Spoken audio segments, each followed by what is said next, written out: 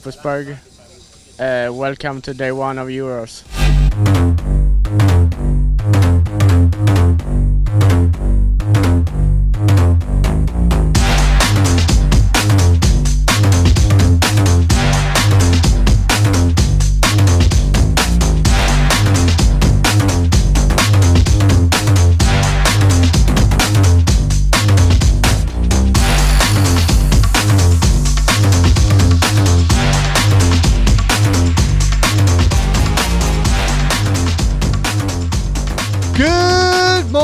It's Wednesday, we're in Italy, specifically we're in Sacile, and this is the Ongaro Ring. We return once again for the 1/8 off-road nitro buggy Euros. Boring! We've done this. Look, Matt, it's always, oh, here I am, it's the weather, it's a race. Look, I have the original RC Racing t-shirt. Let's go old school, let's pit walk. Well, on the traditional grid walk, we have to look for our grid walk friends, don't we, Matt? Yep. And our best grid walk friend, it's Carlos Gomez and it's our world champion, David Ongaro. Carlos, why are you and David standing so close? Oh, because I want to give David a present. He is the first world champ of the new EFRA era. And we in EFRA, as you know, or you may know, I am also involved in EFRA, we have done a new medal. Oh, very nice. So the very first new medal, we wanted to present it to the very first new world champion. Well, present away. Here it is. It's very shiny.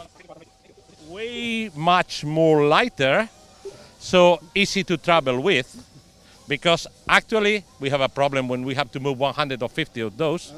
It means nearly 60 kilos, so we have to pay a lot. Also, it's accepted in all good duty-free shops at airports around the world. Now it's much more lighter. So, and it is new. New, lighter, better, and for our reigning world champion. I have to point out, in the map there is Japan, in the map there is UK, so there is no reason to split the world. Well, I couldn't agree with you more, to be honest. Here you are. David, anyway, quick question for you, because you are obviously, that's it. Now, this is the Ongaro Ring. Yeah. Are you therefore not just the favourite because you're world champion, but you're at home? Yeah, I'm home. But yesterday, also Elliot and other drivers were really fast. So today we are working a little bit on the car, and today we are happy about how it works. How often do you race on this circuit? I mean, do you come down on a Tuesday evening and do a few laps? No, I work here, no racing on the track, so not a lot. No, I mean, you know, weeks ago, you know. Yeah, of course, a little bit. Right, let's carry on with this. See, it's working really well. We've got a first a medal award. This is all going brilliantly. Right, who should we talk to now? Hang on. No, this isn't working for me. It's going to be too long and drawn out. It's going to be too self-indulgent. If there's medals, if you're going to give medals to everybody as well, no, there's going to be some criteria. Okay, this has to be a maximum of 7 minutes. You need to talk to 3 people you've never met before. 3? Yes. You need to pet an animal, and you need to eat something. On those terms, I'm prepared for this episode to feature a traditional Nick Damon pit walk. Do you accept the challenge? Yes. Well then, I hand over to you the microphone. Thank you very much. Right, okay, for people I've never spoken to, let's go this way. I'm going to come up and talk to this man. Hello, sir, your name is? Buongiorno. What's your name? Joseph. Joseph. And Joseph, why are you here? Clover, disgreaser. Ah, you've got a degreaser. Well, I've needed that case, but normally I have a good spoken. Thank you. Never met you before. It's nice meeting you. 1 down. Okay, next 2 to go. Right now. I keep my eyes out for the dog and for food, but now, haha, we're going to go. Oh, right, quick, follow me. This way. With a lovely little dog. Hello, sweetie. Oh, she's got ready for a close-up. I don't have to be careful. Oh, yeah. Oh, this is highlight my day already. This is. Obviously. Right, so now, eat some food. I was hoping someone had some chips. Maybe a chip I could steal. Didn't look like they're finished. Oh no, I'm running out of time to steal food from someone. This is a disaster. As part of the challenge, have one of your pieces of pasta. Thank you so much. You're welcome. Oh, that is good. Marvellous. Pastatastic. Right, okay. Now, one more person I don't know. Who don't I know? No, this lady doesn't speak English. Oh, hang on. This young lady does speak English. She's lovely. What's a girl like you doing in a place like this? Yes, because this is the best place to advertisement, and yes, of course, and they are organized in excellent mode. Excellent. So your name is? Stella. Stella. Marvellous, Stella. Okay, right. Ha! Ha!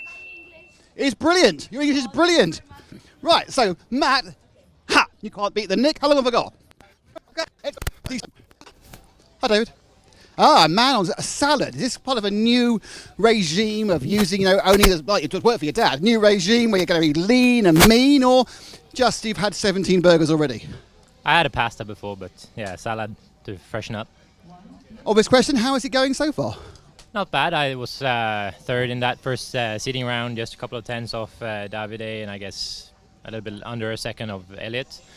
Looks like the track was a little bit faster in the beginning, so if you made your 3 good laps in the start there on the 3 first laps, basically you had a nice swept track, and then it got a little dusty and slower, I think, towards the end. So next one, I didn't know that I was on the clock on the very first lap, so next one I will try to make my first 3 laps the good ones, and then see what happens after. But yeah, definitely a step forward in the last one, and we'll keep going like that. No, it nearly broke the whole thing there. So how do you find the track generally, the design, the layout, the surface? I would say there's better tracks. You've got being political down, hasn't it? You should go. No, but I mean, there's not much grip, obviously. I don't mind that, but just the layout, I think, is kind of a transportation thing. Just put the car where it has to be, stay off the pipes. Nothing spectacular on the track itself. So not the funniest layouts, I would say, but it's what everyone has to deal with, and the grip level is okay as long as you can get the car to work on this. I think the grip level is fine, fun to drive on. Just the layout could have been a little bit more exciting, I think, but it is what it is. David, thank you very much. What's it like having the back, literally the back garden of someone who's, he's his back garden, he's racing every time. Do you think it makes it too far, in favour of Davide? Of course, he's going to have home track advantage, but you can only do so much testing around here, I guess, and they've rebuilt the track for us. I know it's the same layout, but a new surface and whatnot, and we'll just have to see what happens. It is what it is. That's 2, it is what it is. Big reports of inclement weather coming, so we could have a very condensed programme. Do you think that favours anybody? No, not really. Maybe the British, maybe. I don't know. We'll have to just see what happens. Who knows? Thank you. There to Elliot. Right, I've got you on left, I know. Right. Let's have a quick word with Neil Cragg. Hi, Craggy. Looking forward to the rain? Yes, what I've been thinking about all week. Well, you come from up north, so that's what you're used to, isn't it? That and the odd whippet. We're used to a bit of rain, but we're not used to thunderstorms rolling in off the mountains, so we'll see what happens. How's it been going so far?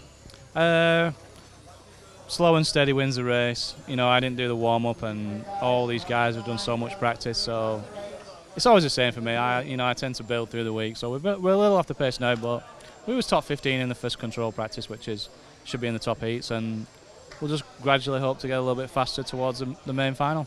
Great stuff. Thank you, Neil. Neil Cragg, driving for Associated as well. Now, I'm walking this way, hoping to find someone else as a recognisable household face.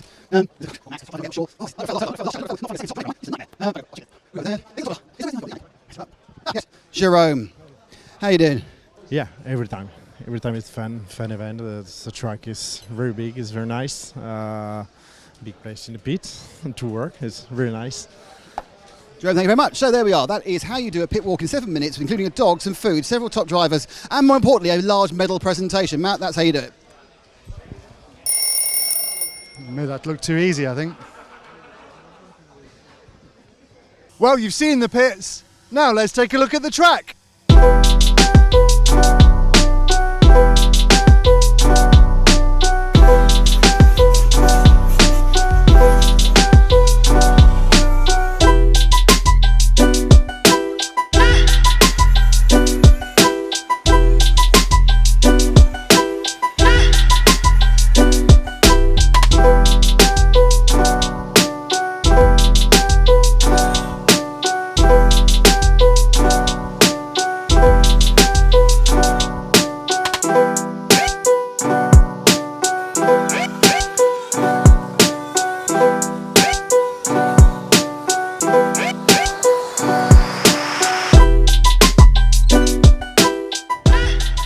you're joining us for the most powerful part of any ceremony, that is the national anthems. And as is customary, they're coming round in alphabetical order, so we begin with Austria. And we will continue right the way through to Switzerland. Will they all have such a severe edit at the end of them? I'm not sure. Well, 'cause that was quite... Oh, I see, yes, they don't blend from one into another. So, Nick, you covered a round of practice today on an exclusive hidden stream. Oh, yes, we Facebooked it to the earth. Right. Oh, yes, we followed the top heats. It was interesting to see. It's very, very, very dusty, that's the first thing I'll say, which is odd, because we expect that the weather's going to play a part and dust won't be the problem. No, dust won't be the problem. Being too dry won't be an issue. No, being too wet will. So what's happening is tomorrow they're going to run 4 rounds of qualifying rather than 3. Then they're going to start on Friday quite early, run the final round of qualifying and get as many finals as they done on Friday, and then leave as little as possible on Saturday, because Saturday's forecast are really bad, but the main final will be on Saturday anyway, but they're going to try and get as much done, because Saturday goes right off. So, American viewers, you might want to be getting up out of bed quite early if you want to catch the final on Saturday, because it might be before our lunchtime. Yes, it's currently now about 11. It might get. But anyway, stay tuned to RC Racing TV and we'll give you all the updates, because we love a bit of weather and we love a bit of timing issues. We do, and you know what interests me? When I walk around the pits talking to people, the higher up you are, the more you want the weather to stay dry. If you're a bit lower down, you want it to get wet. Why is that? Because when you change the weather, you change the status quo, you throw in a variable. A variable is never going to be the advantage of a guy who's established. It's always going to be the advantage of someone who's up and coming, because the established guys will do what they do. Now, they may still win when it's wet, but they have this curveball thrown in, and it's a chance for other members of the racing fraternity to grab a surprise, excellent result. It does mean that anything can happen. I think that's what the guys lower down want. And, the expectation is for Ongaro to do incredibly well, as you would expect. Yeah, I mean, Ongaro wasn't the fastest yesterday, wasn't the fastest today. That went to, I think it's gone to Ricardo Berton, with Elliott Boots as well, also very quick. But that's on 3 laps, not on the whole thing. So it's a difficult thing to call from a 3 lap against a run, 8 minutes against 5. Realistically, if you run off the sort of the top 10 usual suspects, they're probably 9 of the top 10 places. Okay, so we're going to be back with you tomorrow for qualifying. Yep, starting at 10 o'clock. We've got almost four full rounds of qualifying. We don't think we're going to finish until about 7:30, so you've got a whole day cars going around this marvellous edifice. It's going to be an interesting, entertaining, exciting, but quite dusty day. Yeah, I'm going to need some sort of blowing device to get it all off the screens and off me and off Harry. Yes. We'll all be having a shower at the end of that day. Anyway, let's see you back here tomorrow on EFRA.ws and rcracing.tv.